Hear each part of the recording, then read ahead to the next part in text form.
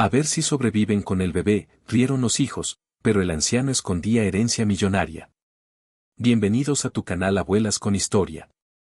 Hoy les traemos una narración que les tocará las fibras más profundas del corazón, titulada, A ver si sobreviven con el bebé, rieron los hijos, pero el anciano escondía herencia millonaria. Prepárense para una montaña rusa de emociones y, si estas historias de resiliencia y justicia les conmueven, les pedimos que se suscriban y den like para apoyar nuestro canal y seguir trayendo relatos que importan. Hay días que se graban a fuego en la memoria, momentos que actúan como una bisagra en el tiempo, separando para siempre el antes y el después. Para mí, ese día indeleble fue un miércoles de agosto, una jornada que alteró el curso de mi existencia de una manera que jamás habría podido anticipar. Mi rutina había comenzado como cualquier otra en la apacible monotonía de mi vida como médica rural. Me había levantado con el primer canto de los pájaros, mucho antes de que el sol se dignara a escalar las cumbres, una costumbre forjada a lo largo de más de 2 décadas de servicio. Tras despedir a mis últimos pacientes en el modesto consultorio del pueblo, inicié el viaje de regreso a mi hogar solitario. El camino era una cinta de asfalto viejo y polvoriento que culebreaba entre las montañas, la única arteria que conectaba nuestra aislada comunidad con el bullicio de la ciudad más próxima. El calor de aquel día era una entidad viva y opresiva, tan brutal que parecía capaz de licuar el propio pavimento. El cielo, desprovisto de nubes, exhibía un tono blanco y lechoso, un velo opaco que transformaba la atmósfera en una bóveda de fuego que nos asfixiaba lentamente. El sistema de aire acondicionado de mi viejo automóvil gemía con impotencia, librando una batalla perdida contra la canícula que se infiltraba por cada resquicio y junta del vehículo. Mi mente vagaba sin rumbo fijo, saltando de los rostros de los pacientes que había atendido esa mañana a los resultados del laboratorio que aguardaban mi revisión y finalmente, a la resonante soledad que me recibiría al cruzar el umbral de mi casa. Fue entonces, en medio de ese paraje desértico y silencioso, cuando una visión anómala se materializó al borde del camino, una imagen tan discordante que me obligó a pisar el pedal del freno con una violencia instintiva. El chirrido agudo de los neumáticos contra la superficie ardiente rompió el silencio del mediodía. A escasos metros de la carretera, desplomada sobre la tierra reseca junto a un poste de electricidad torcido por el tiempo, se encontraban 3 figuras que parecían arrancadas de una pesadilla. Una mujer de edad avanzada, cuya piel surcada de arrugas sugería 75 u 80 años de vida, portaba un vestido de un azul tan desvaído que parecía haber perdido toda su historia. Las costuras cedían en múltiples puntos y las manchas eran un mapa de incontables años de uso. En su regazo, acunaba un pequeño bulto envuelto en una tela de un color amarillo enfermizo. A su lado, un hombre de edad parecida, con la cabeza cubierta por un sombrero de paja deshilachado que ofrecía una sombra miserable, mantenía la mirada fija en el suelo, como si intentara descifrar un mensaje oculto en la tierra agrietada. El cuadro lo completaban 2 maletas de un color pardo, tan gastadas y deformes que amenazaban con desintegrarse bajo el peso de su propio abandono, y 2 bolsas de tela raídas cuyo contenido era un misterio. Pero el detalle que heló la sangre en mis venas y activó todas mis alarmas como profesional de la salud fue un movimiento casi imperceptible en el bulto que la anciana sostenía con una ternura desesperada. Era un bebé. Un recién nacido, abandonado en medio de ese horno natural, expuesto a un calor capaz de robar la vida en cuestión de horas, sin una gota de agua a la vista. Detuve el coche en el arcén con una brusquedad que levantó una densa nube de polvo, envolviendo la escena en un velo rojizo. Mis manos temblaban incontrolablemente mientras giraba la llave para apagar el motor. Mi mente se negaba a procesar la crudeza de lo que mis ojos presenciaban. ¿Qué clase de monstruosidad podía llevar a que 2 personas mayores y un lactante fueran abandonados a su suerte en mitad de la nada, bajo un sol que no conocía la piedad? Mi cerebro médico ya estaba en plena marcha, enumerando los riesgos inminentes: deshidratación severa, un golpe de calor fulminante, un shock térmico irreversible. Un niño de tan corta edad podía fallecer en menos de 1 hora en condiciones tan extremas. Descendí del vehículo y el calor me abofeteó con la fuerza de un muro sólido. El corazón me martilleaba en el pecho con tal furia que su eco resonaba en mis oídos. El crujido de mis zapatos sobre la gravilla caliente marcaba mi avance hacia ellos.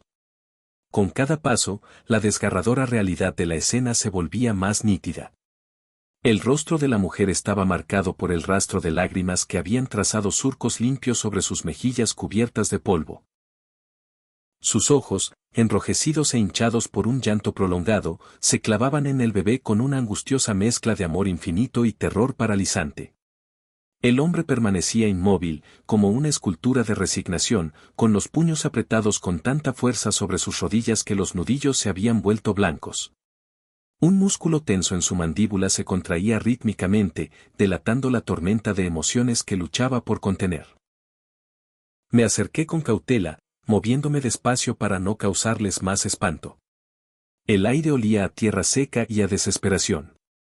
Cuando estuve lo suficientemente cerca, confirmé que la situación era aún más grave de lo que había temido. La piel de la anciana estaba enrojecida y cuarteada por la exposición solar. El bebé, que no debía tener más de 3 meses, tenía el rostro de un rojo alarmante y su boca permanecía abierta en un llanto mudo, un signo inequívoco de deshidratación avanzada. Los labios del anciano estaban partidos y sangraban. Cuando por fin alzó la vista y sus ojos se encontraron con los míos, vi en ellos algo que me fracturó el alma, la mirada de un hombre que ha sido traicionado de la forma más inhumana imaginable. Buenas tardes, logré decir, modulando mi voz para que sonara lo más suave y tranquilizadora posible. Soy la doctora Isabela Reyes. ¿Se encuentran bien? ¿Necesitan ayuda de inmediato? La mujer levantó la cabeza con una lentitud agónica, como si cada milímetro de movimiento le supusiera un esfuerzo titánico. Sus ojos se encontraron con los míos, y en su profundidad vi un abismo de sufrimiento tan vasto que tuve que hacer un esfuerzo consciente para no desviar la mirada. Era un cóctel tóxico de vergüenza, dolor insoportable, miedo cerval y una resignación tan profunda que ningún ser humano debería experimentar jamás. Guardó silencio durante varios segundos, observándome como si yo fuera una aparición, incapaz de creer que alguien, finalmente, se hubiera detenido. Al final, su voz se resquebrajó, rompiendo el silencio opresivo del mediodía. Sonó como el tintineo de cristales rotos, frágil y cargada de un dolor que había estado contenido por horas.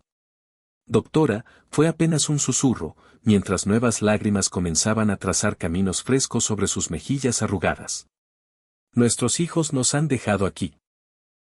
Nos trajeron con el engaño de un paseo familiar. Nos pidieron que bajáramos del coche un instante, con la excusa de que debían revisar algo en el motor, y para cuando nos dimos cuenta, ya se habían marchado. Llevamos aquí desde las 8 de la mañana, y deben ser ya casi las 2 de la tarde. La pequeña no deja de llorar, tiene hambre y sed. Yo apenas puedo producir leche con este calor.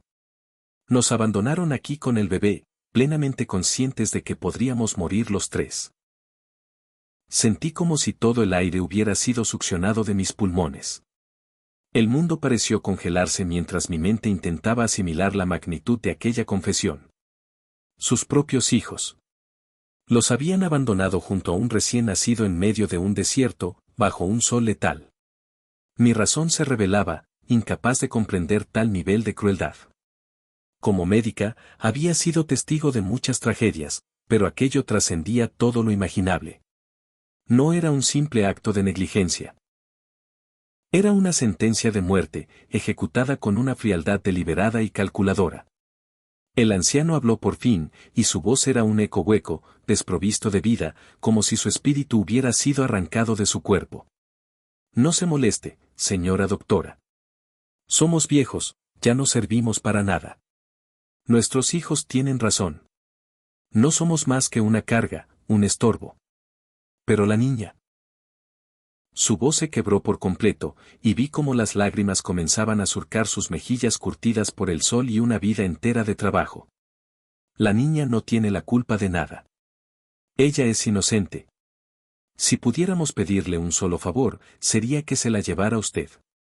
Sálvela a ella. Nosotros ya hemos vivido nuestra vida, pero la suya apenas comienza. Aquellas palabras me atravesaron el pecho como dagas incandescentes.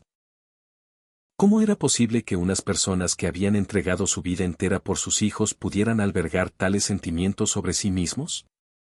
¿Cómo podían percibirse como una carga, cuando era evidente que lo habían sacrificado todo por su familia? Y esa pequeña criatura, ese ser inocente que no había pedido nacer en medio de tal disfunción, ¿cómo podían sus propios tíos condenarla a una muerte segura? Me arrodillé frente a ellos, sin que me importara que el polvo y la tierra mancharan mi uniforme blanco. Tomé las manos de la anciana entre las mías.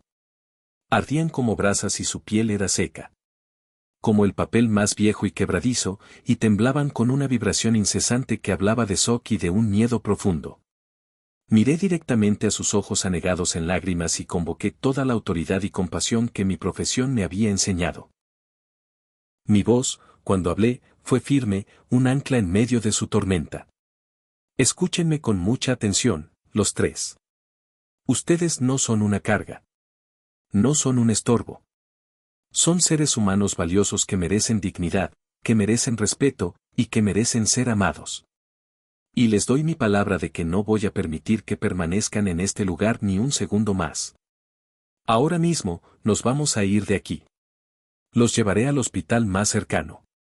La bebé necesita recibir atención médica de urgencia, y ustedes dos también. Y después de que estén a salvo, nos ocuparemos de resolver esta situación como se debe, con justicia.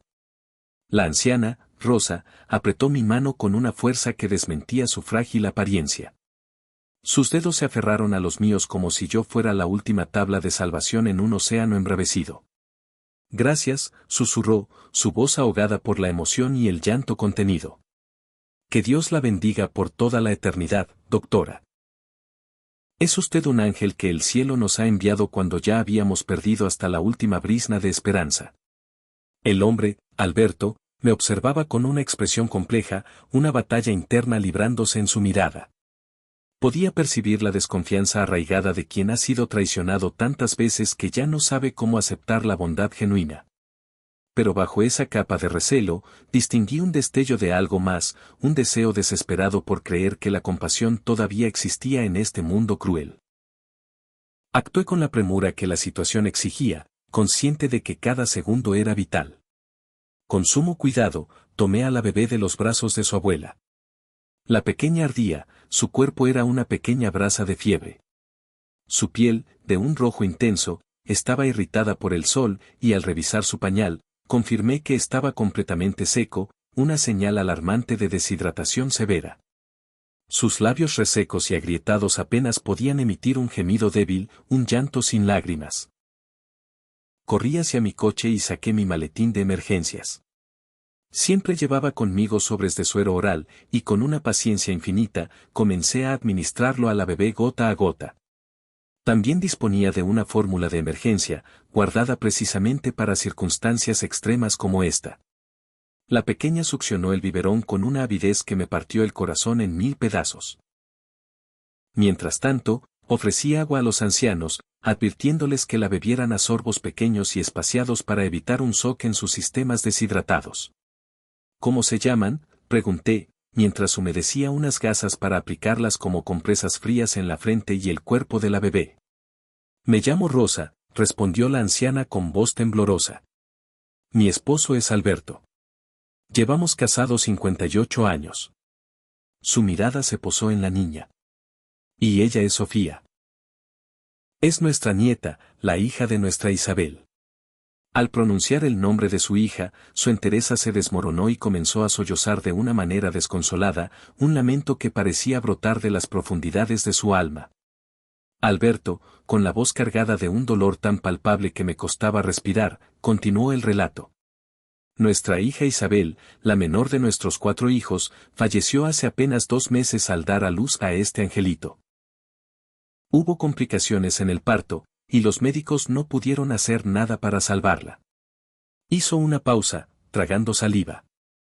Ella era viuda. Su esposo había muerto en un accidente laboral cuando estaba de 6 meses de embarazo. Así que la niña quedó completamente huérfana. Isabel nos lo dejó todo documentado. Su última voluntad era que nosotros criáramos a su bebé, que la cuidáramos como la habíamos cuidado a ella. Nos nombró sus tutores legales en caso de que algo le sucediera. Tengo todos los papeles aquí, en esta maleta, señaló uno de los equipajes marrones. Rosa, secándose las lágrimas con el dorso de su mano trémula, prosiguió. Nuestros otros 3 hijos, Ramón, Mariana y Gabriel, jamás estuvieron de acuerdo con esa decisión. Insistían en que éramos demasiado viejos para criar a un bebé, que no teníamos ni la energía ni los recursos necesarios. Sugerían que la niña debía ir a un orfanato, o que ellos mismos se harían cargo. Pero Isabel conocía a sus hermanos mejor que nadie. Sabía que su interés no era el bienestar de la niña, sino quedarse con las posesiones que ella había dejado, su casa, sus ahorros, sus bienes. Isabel trabajaba como contadora en una empresa importante y había logrado amasar una considerable cantidad de dinero. Todo eso quedó para Sofía, protegido en un fideicomiso que solo puede ser administrado por sus tutores legales, es decir, nosotros. Alberto inspiró profundamente antes de continuar con el doloroso relato. Cuando Isabel murió, cometimos el error de permitir que nuestros 3 hijos se mudaran con nosotros a la casa que ella nos había dejado. Pensamos, en nuestra ingenuidad, que sería bueno tener ayuda con la bebé y que, de esa manera, podríamos estar más unidos como familia. Qué equivocados estábamos. Desde el primer día, comenzaron los reproches. Se quejaban de que la bebé lloraba mucho, de que les interrumpía el sueño, de que gastábamos demasiado en pañales y leche de fórmula. Nos hacían sentir como intrusos en nuestra propia casa. Bueno, para ser precisos, en la casa que Isabel nos legó, ya que la propiedad está a nuestro nombre y al de Sofía como copropietarios. La voz de Rosa se quebró aún más. Hace 3 días, Ramón nos dijo que había encontrado un lugar perfecto para nosotros. Una casa de reposo preciosa en las afueras de la ciudad, con jardines, atención médica las 24 horas, un sitio donde podríamos vivir tranquilos con la bebé.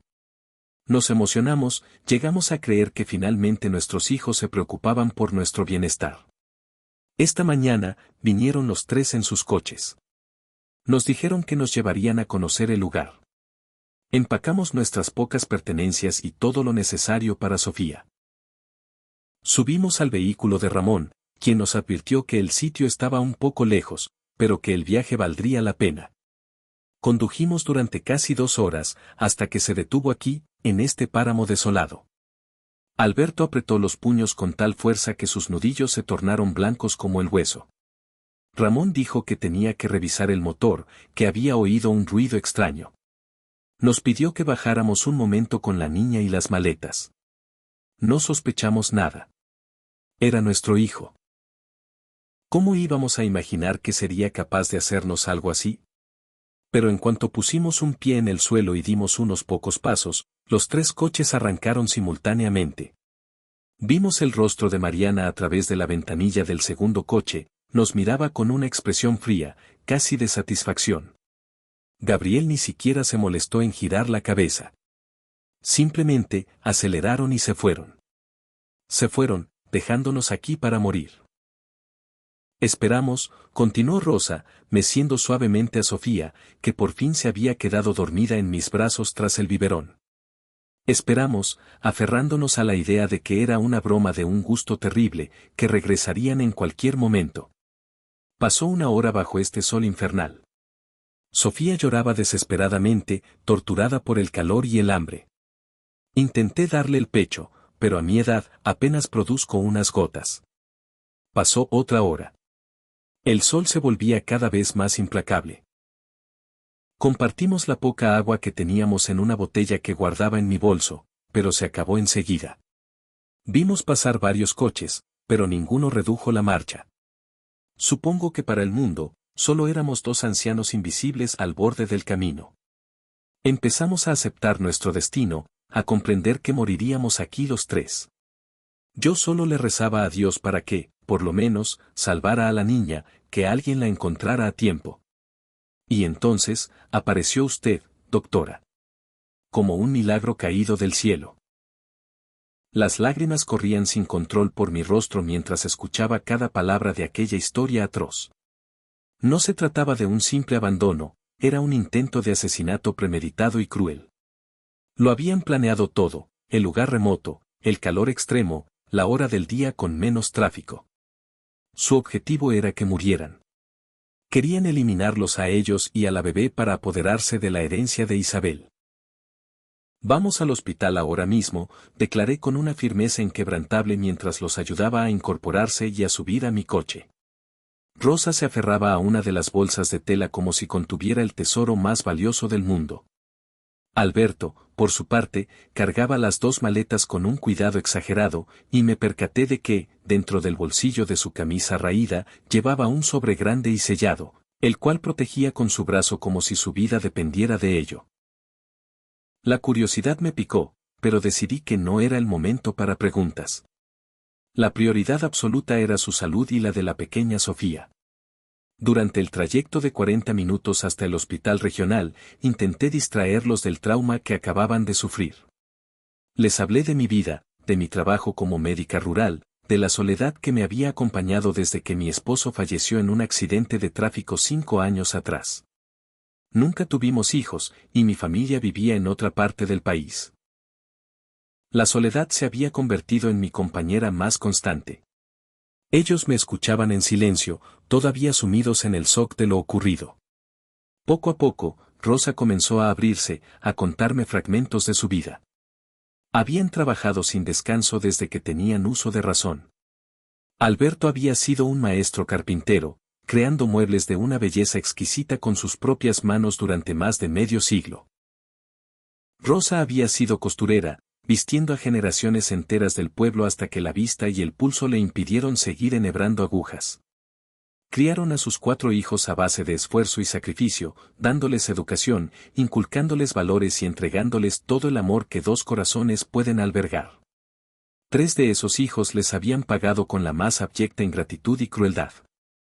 Solo Isabel, la más joven, había sido diferente.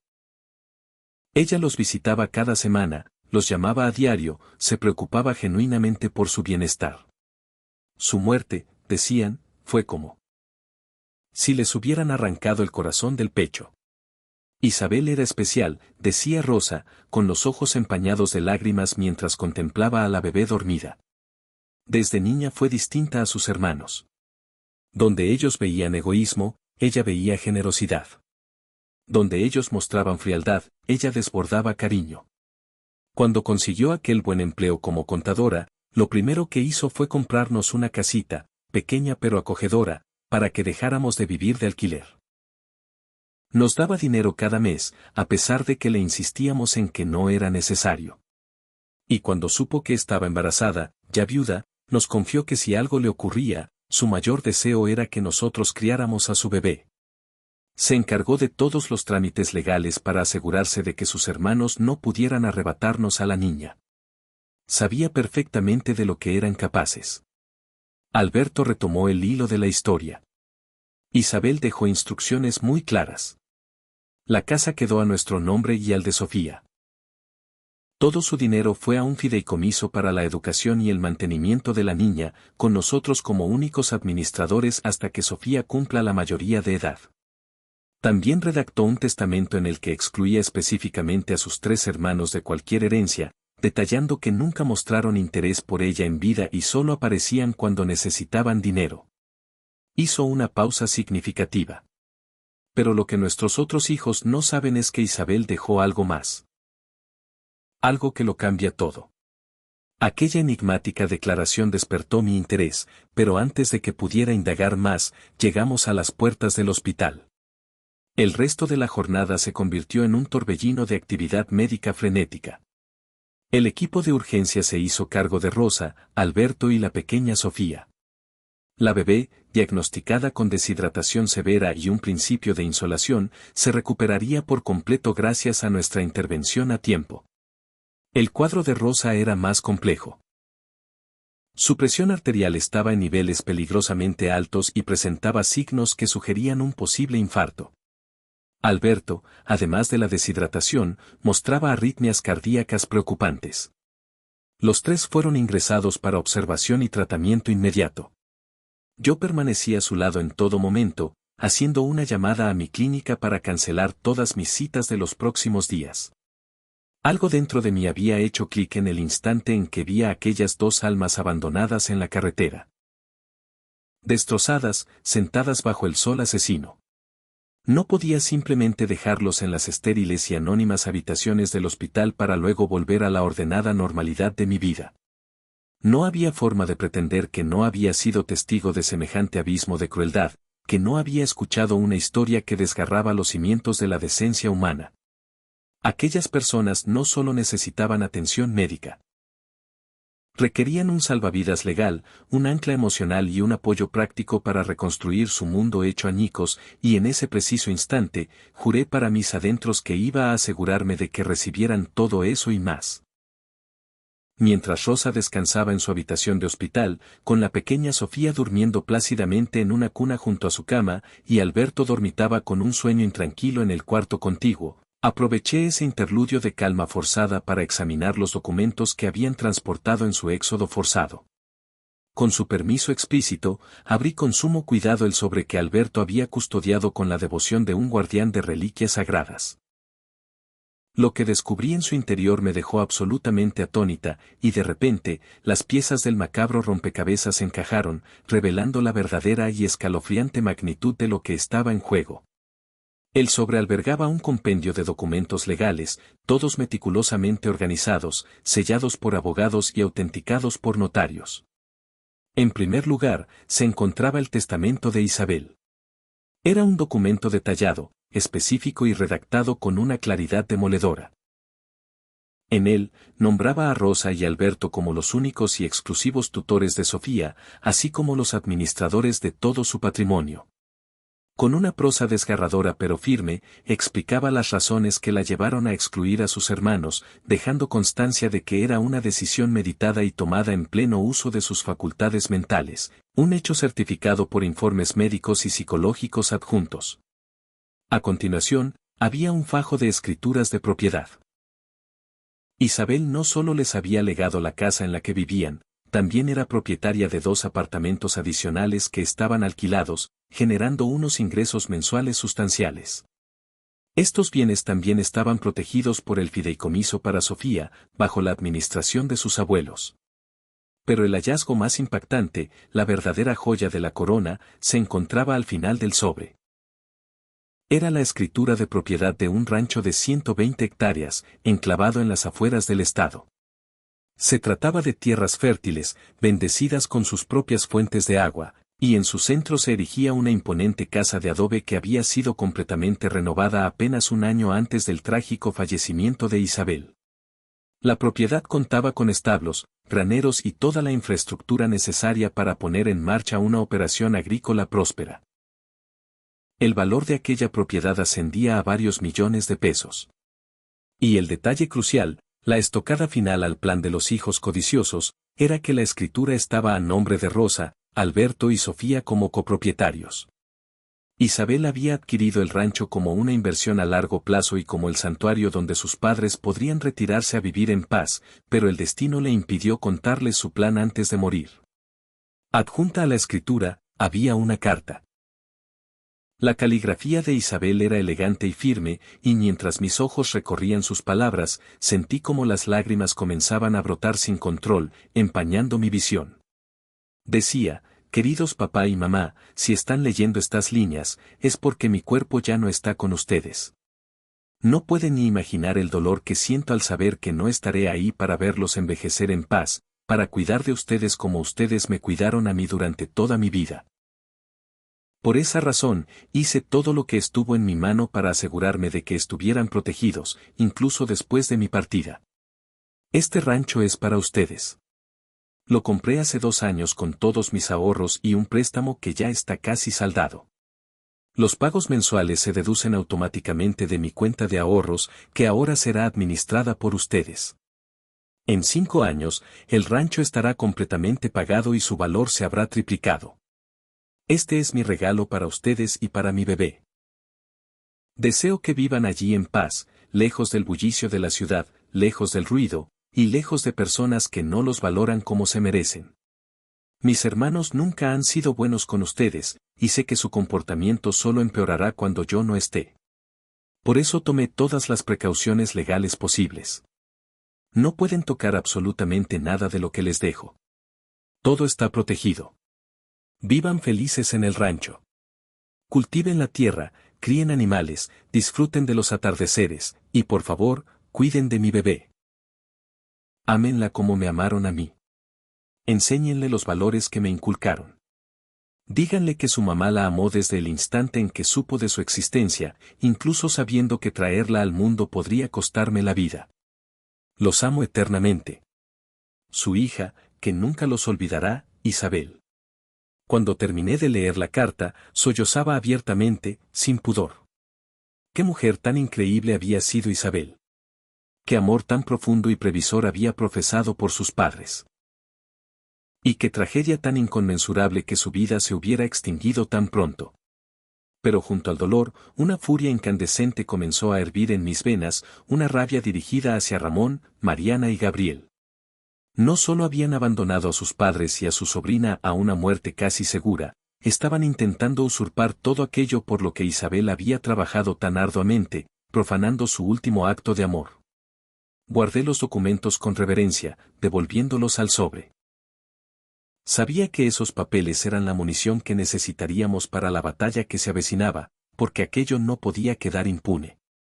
Esos hijos monstruosos no podían salirse con la suya, debían enfrentarse a las consecuencias devastadoras de sus actos. Pasé la noche en el hospital, intentando dormir en un sillón incómodo en el pasillo entre las habitaciones de Rosa y Alberto.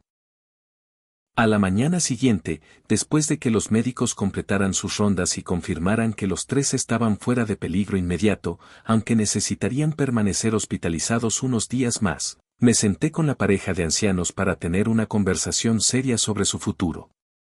Don Alberto, doña Rosa, comencé, mi voz una mezcla de suavidad y firmeza. He leído los documentos. Ahora entiendo la situación en su totalidad, pero necesito que me respondan a algo con total honestidad. ¿Sus otros hijos saben de la existencia del rancho? Alberto negó con la cabeza lentamente, sus ojos reflejando un dolor antiguo. No tienen ni la más remota idea. Isabel nos escribió varias cartas antes de morir, explicándonoslo todo, pero nos suplicó que no se lo contáramos a nadie todavía. Quería darnos la sorpresa, llevarnos allí en persona después de que naciera la bebé, pero la muerte se la llevó antes de que pudiera hacerlo. Los papeles llegaron por correo certificado justo después de su funeral, con instrucciones de un abogado. Ni siquiera nosotros hemos puesto un pie en ese lugar. Solo sabemos que existe y que es nuestro. Rosa añadió, con la voz aún temblorosa por la emoción, Ramón, Mariana y Gabriel creen que la herencia se limita a la casa donde vivíamos y los 2 apartamentos. Eso ya les parece una fortuna. Llevan meses presionándonos para que vendamos todo y repartamos el dinero. Argumentan que somos demasiado viejos para administrar propiedades, que Sofía debería ir a un orfanato o ser dada en adopción, y que ellos podrían gestionar mejor el dinero. Pero nos hemos negado en redondo, porque la voluntad de Isabel fue muy clara. Todo es para Sofía, y nosotros somos sus únicos tutores. Por eso nos abandonaron, concluyó Alberto con una amargura que helaba la sangre. Creyeron que si moríamos en ese lugar desolado, obtendrían automáticamente la custodia de Sofía como los únicos parientes vivos, y con la custodia, vendrían los derechos sobre toda la herencia. No saben que Isabel los excluyó específicamente, ni que el fideicomiso tiene cláusulas de protección muy estrictas. Si algo nos sucediera, la custodia de Sofía y la administración del patrimonio pasarían a un gestor neutral designado por Isabel, no a ellos. Pero su codicia los cegó, no se detuvieron a pensar en los detalles. Solo pensaron en deshacerse de nosotros de la forma más cruel imaginable. Sentí que la rabia me subía por la garganta. Esto no se va a quedar así, declaré con una determinación de acero. Vamos a denunciarlos. Lo que hicieron no es solo abandono, es un intento de homicidio. Dejaron deliberadamente a 2 personas mayores y a un bebé en condiciones que sabían perfectamente que podían ser letales. Además, están intentando apropiarse de manera fraudulenta de una herencia que legalmente no les pertenece. Esto tendrá consecuencias. Rosa me tomó la mano, sus ojos llenos de preocupación. Doctora Isabela, no queremos causarle problemas. Ya ha hecho usted demasiado por nosotros. No me están causando ningún problema, respondí con firmeza. Ustedes son las víctimas de un crimen atroz. Yo fui testigo de las condiciones en las que los encontré. Mi testimonio será crucial en cualquier investigación. Saqué mi teléfono y les mostré las fotografías que había tomado en la carretera. Había documentado cada detalle, la ubicación remota, el sol abrasador, el estado de deshidratación en el que se encontraban, las maletas tiradas en el polvo. Estas fotos son la prueba irrefutable de cómo los dejaron. Son evidencia. Alberto asintió lentamente, una nueva luz de determinación en su mirada. Tiene razón, doctora. Isabel hizo todo lo posible para protegernos, incluso desde el más allá. No podemos permitir que su sacrificio sea en vano. Debemos luchar por ella, por Sofía, y por todos los padres ancianos que sufren el maltrato de sus hijos. En los días siguientes, mientras el trío se recuperaba, me convertí en su estratega. Contacté a un viejo amigo, el licenciado Ramiro Torres, un abogado especializado en derecho familiar y sucesorio. Le expuse el caso, mostrándole los documentos. Sus ojos se abrían de par en par con cada página que leía. Isabela, este es uno de los casos más claros de intento de apropiación indebida y abandono con intención de causar la muerte que he visto en toda mi carrera, dijo Ramiro, su voz teñida de indignación. Isabel hizo un trabajo legal impecable para proteger a sus padres. Todo está blindado, pero debemos actuar con celeridad. Ramiro se puso manos a la obra de inmediato. Presentó una denuncia penal contra Ramón, Mariana y Gabriel por intento de homicidio y abandono de personas vulnerables. Solicitó medidas de protección urgentes que les prohibieran acercarse a sus padres o a su sobrina. Paralelamente, presentó ante el juez de lo familiar toda la documentación que acreditaba la tutela legal de Rosa y Alberto.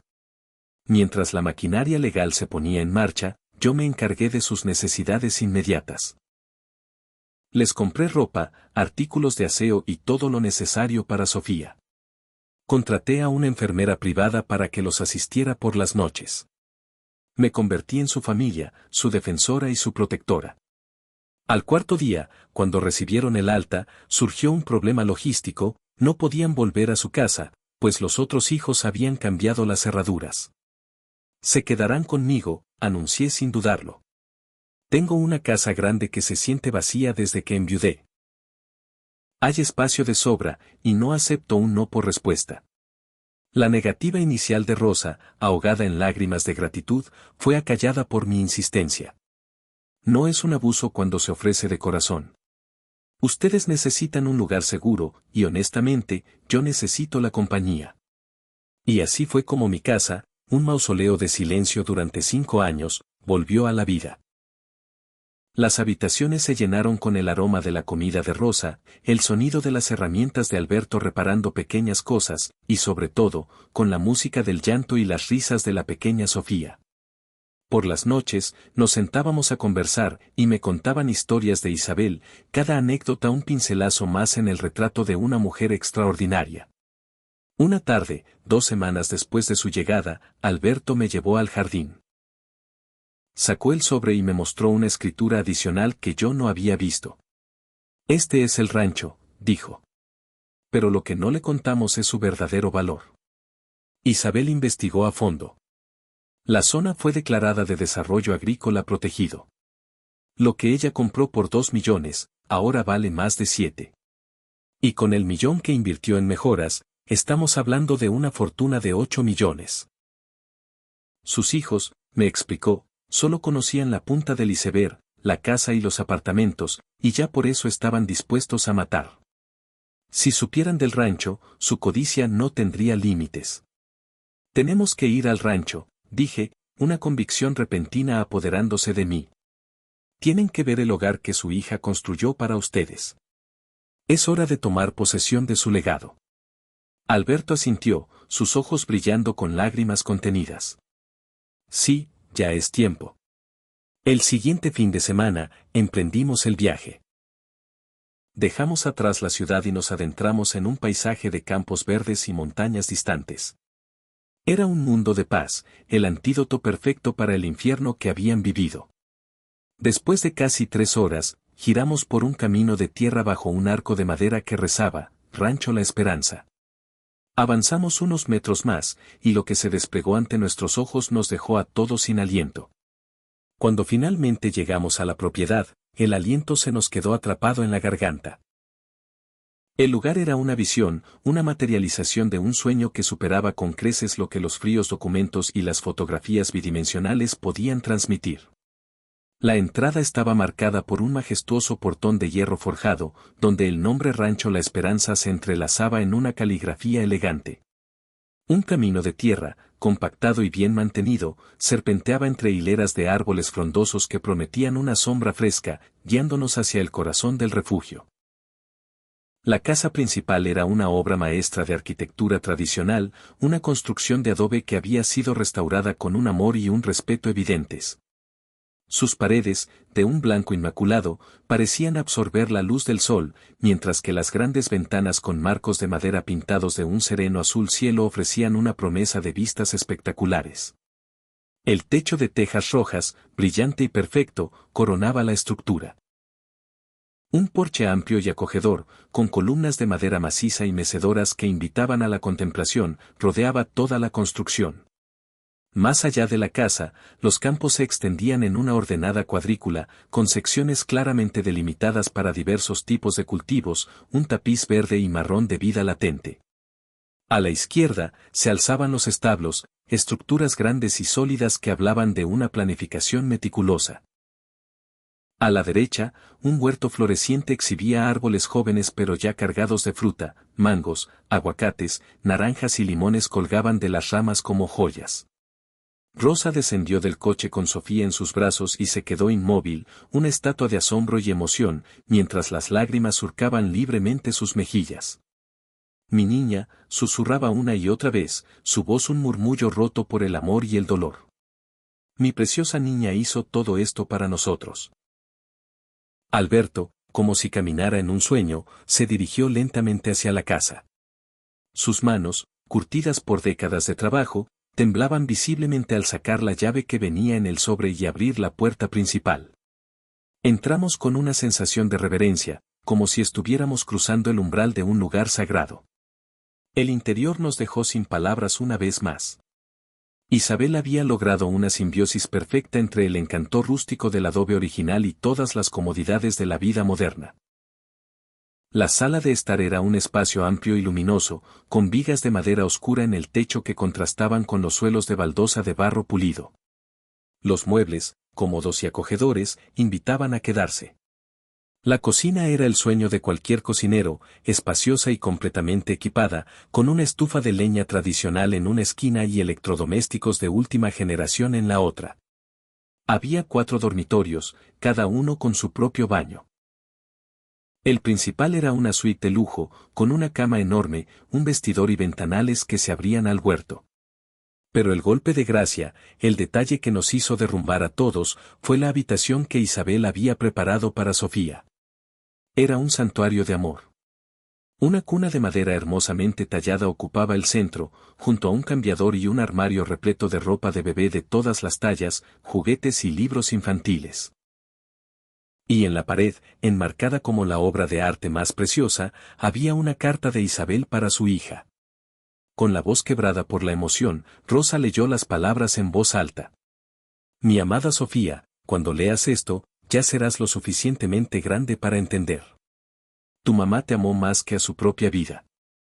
Preparé este cuarto para ti con todo mi corazón, imaginando cada momento feliz que pasarías aquí. Te imaginaba despertando con el canto de los pájaros, te imaginaba enseñándote a plantar tu primer árbol y viéndote correr por los campos persiguiendo mariposas. Si estás leyendo esto, es porque no pude estar allí para verlo, pero quiero que sepas que cada decisión que tomé fue pensada en tu felicidad y en la de tus abuelos, quienes te amarán como me amaron a mí. Sé feliz, mi niña hermosa. Vive en este rancho que compré para ti. Ama la tierra, respeta la naturaleza y valora a las personas que te aman de verdad. Y recuerda siempre que tu mamá dio su vida para traerte a este mundo, porque valiste cada segundo. te amo eternamente, tu mamá, Isabel. Cuando Rosa terminó, todos sollozábamos sin consuelo. Aquella mujer excepcional había pensado en cada detalle, había tejido una red de amor y protección para su familia desde más allá de la muerte. Dedicamos el resto del día a explorar el rancho. Alberto, con sus conocimientos de carpintero, inspeccionó los establos y declaró que estaban en perfectas condiciones. Los campos contaban con sistemas de riego instalados, listos para ser activados. El huerto ya ofrecía sus primeros frutos. El pozo manaba agua limpia y abundante, y una casa de herramientas estaba completamente equipada. Podríamos vivir aquí, dijo Rosa de repente, mientras observábamos el atardecer desde el porche. Podríamos criar a Sofía en este paraíso, lejos de la maldad del mundo. Podríamos ser felices. Alberto asintió, una resolución firme en su mirada. Esto es lo que Isabel quería. Es hora de honrar sus deseos. Me senté con ellos, y los tres vimos como el sol se ocultaba tras las montañas, pintando el cielo de tonos dorados y púrpuras. Yo los ayudaré, prometí. Los ayudaré a mudarse, a poner esto en marcha. No están solos. Rosa me tomó de la mano.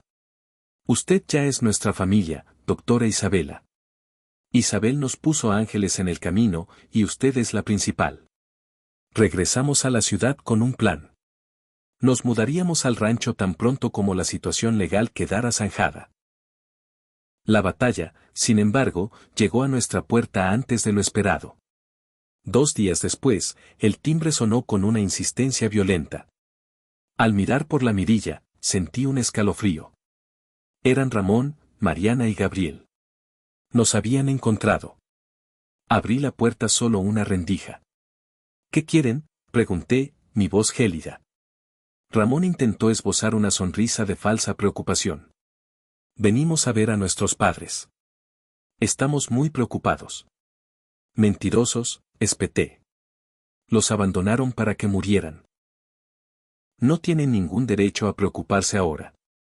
Mariana se indignó. ¿Cómo se atreve? Usted no sabe nada. Fue un malentendido. Nuestros padres son mayores, se confunden. La insultante condescendencia en su voz me enfureció. No me tome por estúpida. Los encontré después de 6 horas bajo un sol asesino. La bebé estaba al borde de la muerte. Eso no es un malentendido, es un intento de asesinato. Yo soy su familia ahora, resonó una voz firme detrás de mí. Era Rosa, erguida y desafiante. La familia es quien te ama y te cuida, no quien te deja tirado en una carretera. Ustedes dejaron de ser mi familia ese día. Ramón ignoró sus palabras. Mamá, necesitamos hablar de asuntos importantes. De la casa, de las propiedades, del futuro de la bebé. No hay nada que hablar, intervino Alberto. Isabel lo dejó todo muy claro. Ustedes no tienen derecho a nada. Mariana soltó una risa cruel. ¿Ustedes criando a un bebé? Por favor. No pueden ni cuidarse solos. Esa niña necesita una familia joven. Lo que ustedes quieren es el dinero, dije con asco. Pero no va a funcionar. El testamento es blindado. Y ya hay una denuncia penal en su contra. Palidecieron. Una denuncia, balbuceó Ramón. Yo, respondí, mirándolo a los ojos. Por intento de homicidio. Tengo pruebas, fotos, informes médicos. Consigan un buen abogado. Gabriel intentó forzar la entrada. Necesitamos hablar con ellos a solas.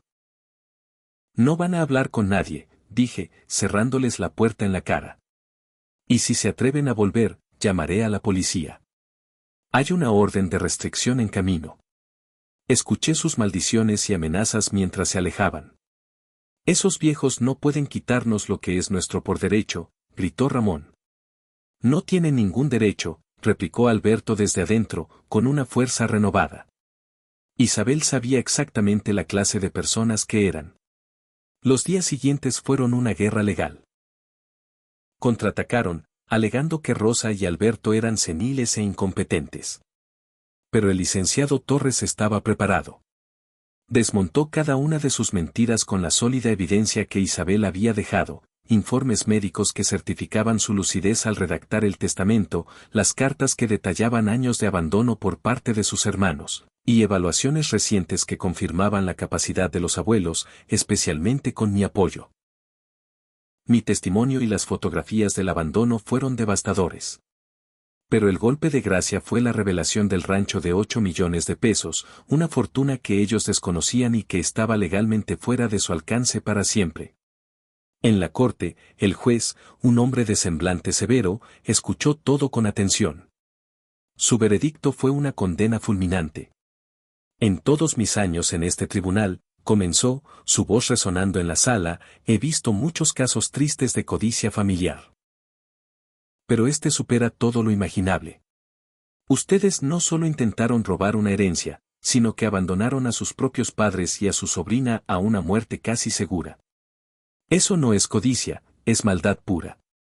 Ratificó el testamento de Isabel en su totalidad, confirmó la custodia de Rosa y Alberto, me nombró tutora auxiliar y ordenó que la investigación penal por intento de homicidio siguiera su curso. Ramón, fuera de sí, gritó que era injusto. El juez lo fulminó con la mirada. Ustedes renunciaron a cualquier derecho moral y legal el día que los abandonaron. Caso cerrado. Salimos del juzgado y nos abrazamos, llorando de alivio. La justicia, por una vez, había triunfado. Los 3 hermanos enfrentarían cargos criminales que los llevarían a prisión por varios años. Nuestra nueva vida podía comenzar. La mudanza al rancho La Esperanza fue una terapia. Vendí mi casa y me uní a ellos permanentemente, aceptando un puesto en la clínica del pueblo cercano. Cada caja desempacada, cada flor plantada, era un paso hacia la sanación. Alberto rejuveneció trabajando la tierra. Rosa convirtió la casa en un hogar rebosante de calidez.